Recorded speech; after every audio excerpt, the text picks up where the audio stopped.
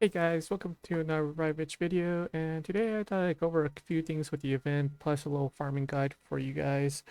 So, first thing off, we have this thing called Limit Time Funds. So there's a 7-day one and there's a 14-day one. So it's like a piggy bank, right?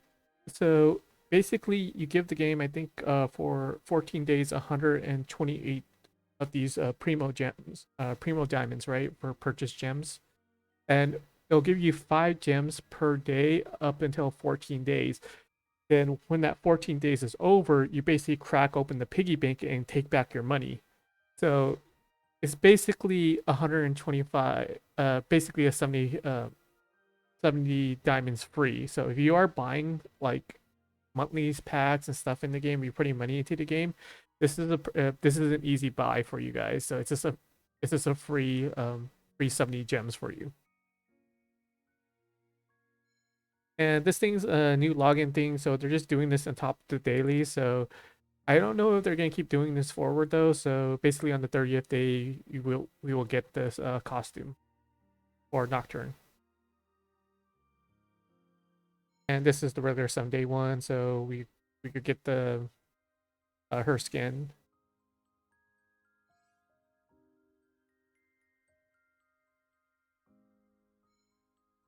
I believe that was, oh yeah. So they added this new feature called Dispatch though.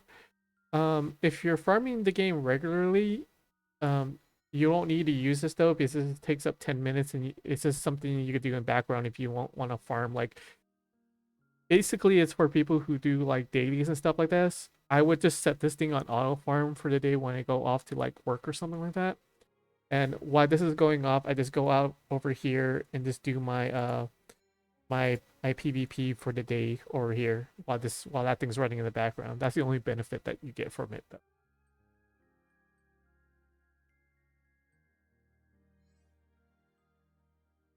And this is another the tangible barrier thing.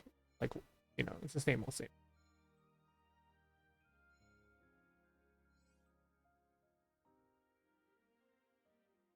Oh yeah.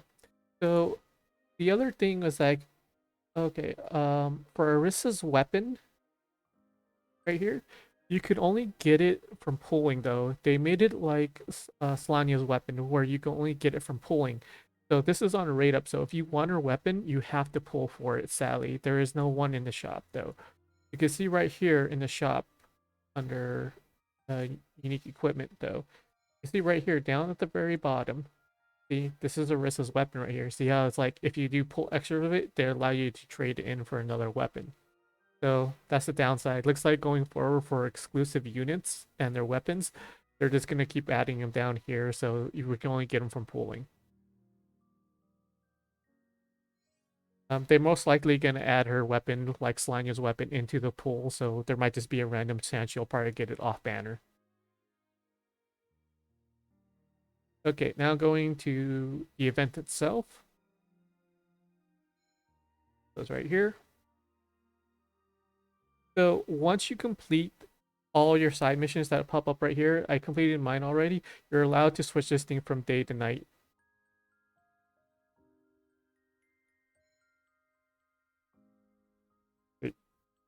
So in daytime, you see right here, there's no bonus though, because there's no bonus for the dolls in the daytime.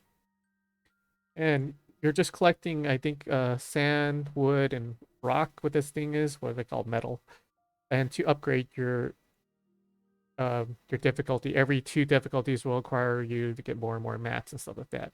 And you also need these mats to like build up the watermelon smashing and the beach stand. Starting out the events, I suggest you build out the snack stand as fast as possible though, so you could get your free stamina. I think it's only 63 per ding, so it's kind of whatever. It's free stamina, so you can't really complain. The other thing you should like looking for in building is this display rack though. It has these dolls, like not dolls, I mean masks. And it's the same thing as the Christmas event where we had those stockings that we hung on the Christmas tree for extra bonuses and stuff like that. It's the same thing. Like each one of these gives like a 40, 30, 20% into attack. This one gives HP. The one you want to focus on is actually the one down here. This one increases the damage from the monsters by 100% though, but it also increases your event mats for 5%. So you get 5, 5, 5, and 5. So you get a 20% bonus right here. So you activate all of them. So it's good to at least get the bottom row if you can. The first two rolls are kind of like whatever. You don't really need it. So, you know. And you could just choose to deactivate it and activate it and stuff like that from here.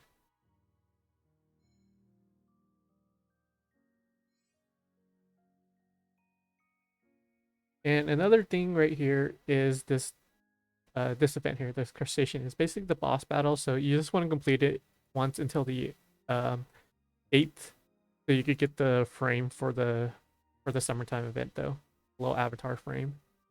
Here's the interesting though. So this one right here gives us, I think, let's see here, I have it written down. So this one right here,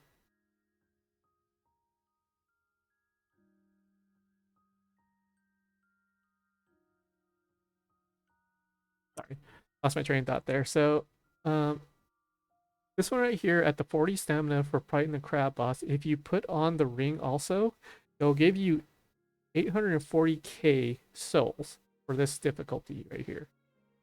And the one at the 30 difficulty is like this one right here at the difficulty 6.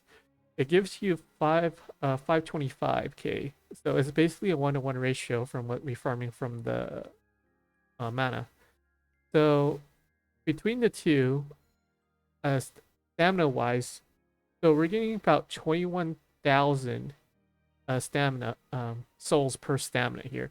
And this one's about 1750, 17,500,000. Yeah, 17,500 souls for this one. And I'll put a little graph up here. And I also wanted to go over, a little notepad.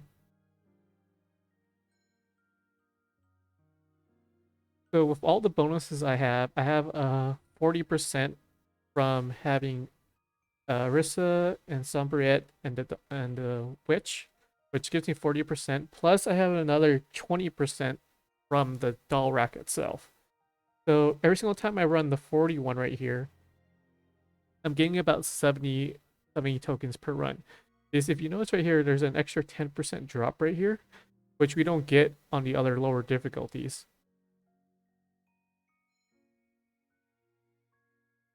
So I'm gonna put so looking at the notepad that I have up.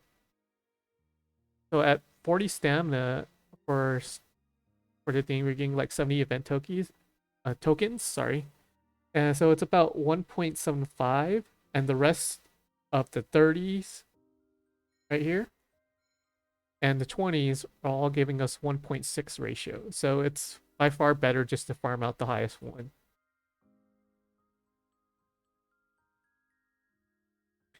Meaning that we're going to have a lot of these extra quartz, advanced quartz. So this is a good time to farm quartz if you need to like upgrade your dolls for ascension, stuff like that.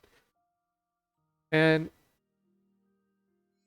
the other question people ask is like, is it worth it to actually buy keep farming the event for the mana?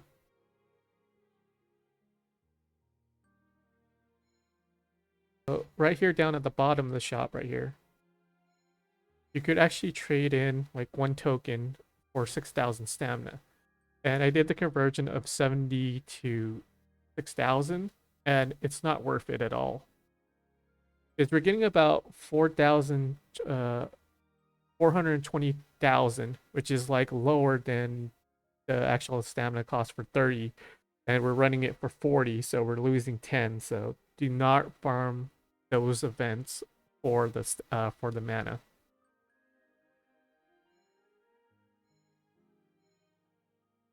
I would suggest uh you know buy out the shop for like what you want, and then afterwards, if you really want mana, I would just start spamming this boss fight right here for this one. Is this one gives you for 40, it gives you 840k per run over here. So this one's a little bit more mana efficient to farm right now than the other in our actual mana stage.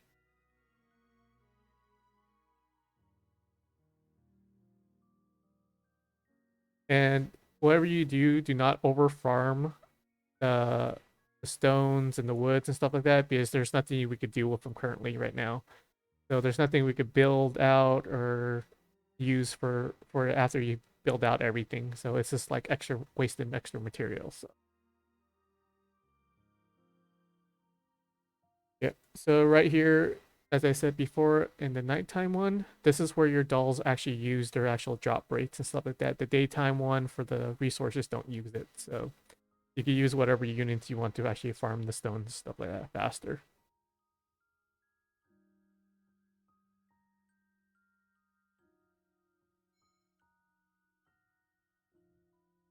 Yep. That's pretty much all I wanted to cover. I hope this guide helps you guys out and good luck farming and I'll catch you guys next time. Bye.